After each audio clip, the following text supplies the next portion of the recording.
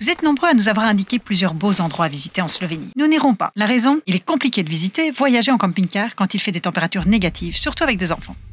Alors, on s'est résolu à avancer plus rapidement vers la Grèce, mais promis, on reviendra à la belle saison. Bon, ben on avait un souci d'eau depuis quelques jours. On règle le problème comme ça, avec les grandes.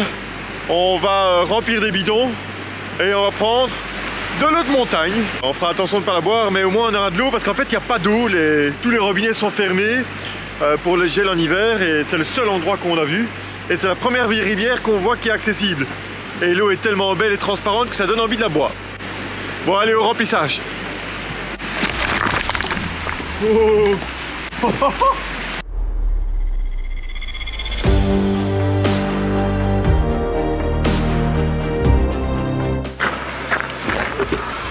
Et si vous posez la question, mais comment est-ce qu'on fait? En fait, tout simplement, à l'intérieur du camping-car, il y a un espace sous un des sièges où on peut remplir. Alors normalement, on remplit par l'extérieur ici, qui amène dans la cuve via le tuyau là, et qui amène ici. Et nous, on remplit alors à ce moment-là directement ici. Ce qui est quand même beaucoup plus simple. Ah, la chaîne se prépare.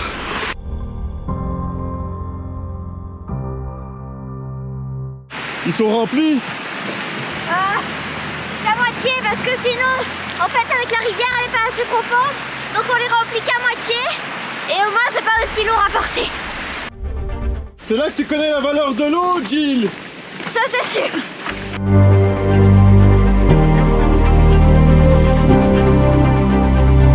Je crois que c'est la meilleure stratégie qu'on ait pu faire. Et c'est la meilleure stratégie qu'on va adopter pour les prochains jours. Sinon, on va à chaque fois se retrouver coincé. Allez, on continue la route en avant.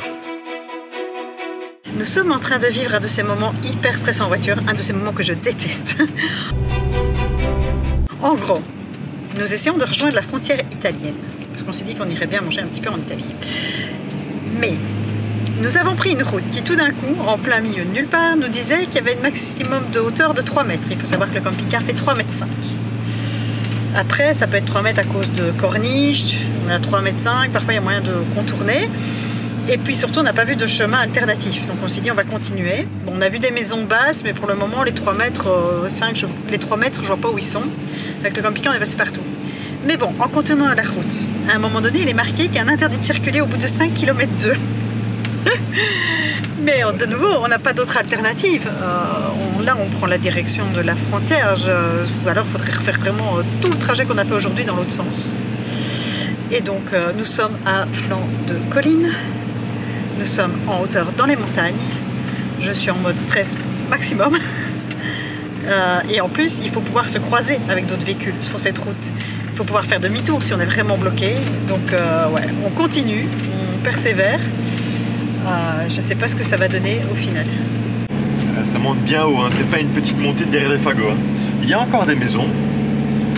Donc, c'est la seule chose qui est rassurante en fait. Mais depuis 10 minutes, on fait que monter. Puis ouais, si on doit redescendre, les freins ils vont souffrir un max. Et puis il faut surtout pouvoir retourner le camping-car parce que descendre en marche arrière c'est pas envisageable. Oh là là, c'est l'horreur. Je déteste ça. Je suis même encore plus haute que dans les montagnes du Népal là, je pense. Ouais, attends, par contre le point de vue. Ah oui, le point de vue est magnifique. Parce qu'elle parle, mais c'est ça qui est le plus beau.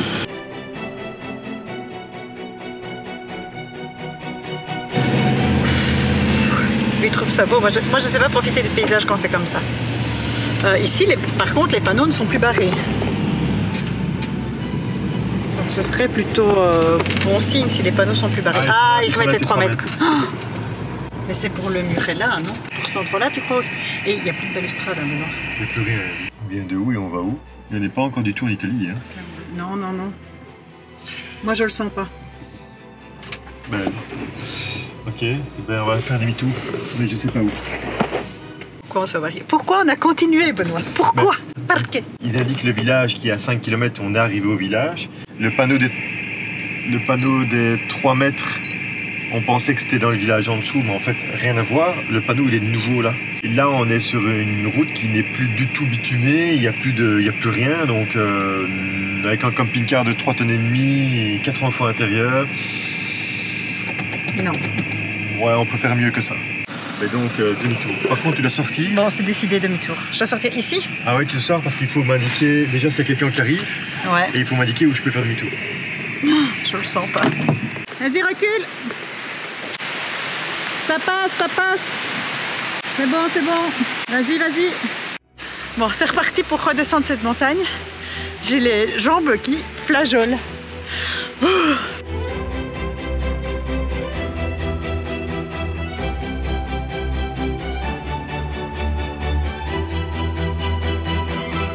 La descente, c'est fait.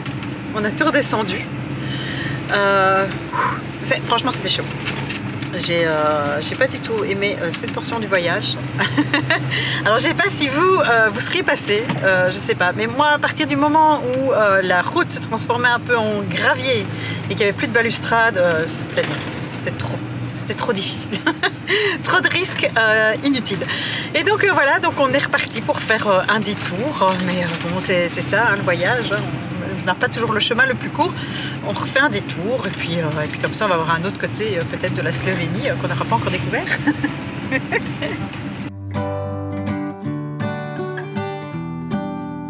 Alors, l'avantage de cette nouvelle route, c'est qu'on a une super belle vue sur un barrage.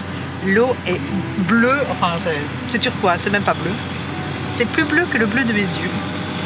Petite référence musicale.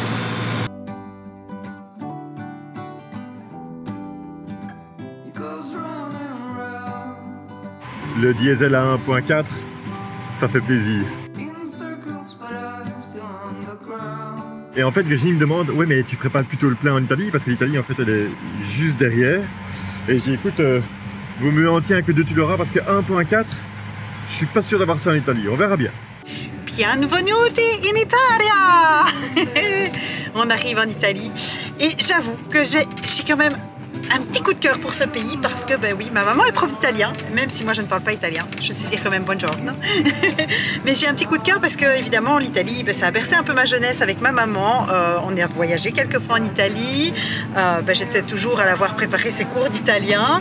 On avait des posters de l'Italie chez nous. Et donc, même si on est déjà venu passer 2 mois en Italie il y a 2 ans lors de notre voyage, ben, j'ai bien repassé en Italie. Donc là, on était tout près. J'étais à Benoît. On fait un crochet vers l'Italie, histoire d'aller manger un peu italien, histoire de juste se réimprégner un peu dans cette culture italienne que j'apprécie, pouvoir parler avec les mains parce que bon là je tiens la caméra donc je sais pas parler avec les mains, mais pour ceux qui ont l'habitude, ah ben voilà, Benoît reprend la caméra comme ça vous voyez, bah oui, si vous regardez les vidéos vous savez que quand je tiens pas la caméra je parle tout le temps avec mes mains et pourtant je suis belge, je ne suis pas italienne, mais il n'y a rien à faire, c'est ce côté un peu méditerranéen, dans ma famille on parle avec les mains et moi particulièrement, je sais pas comment ça se fait mais c'est comme ça, j'aime bien m'exprimer.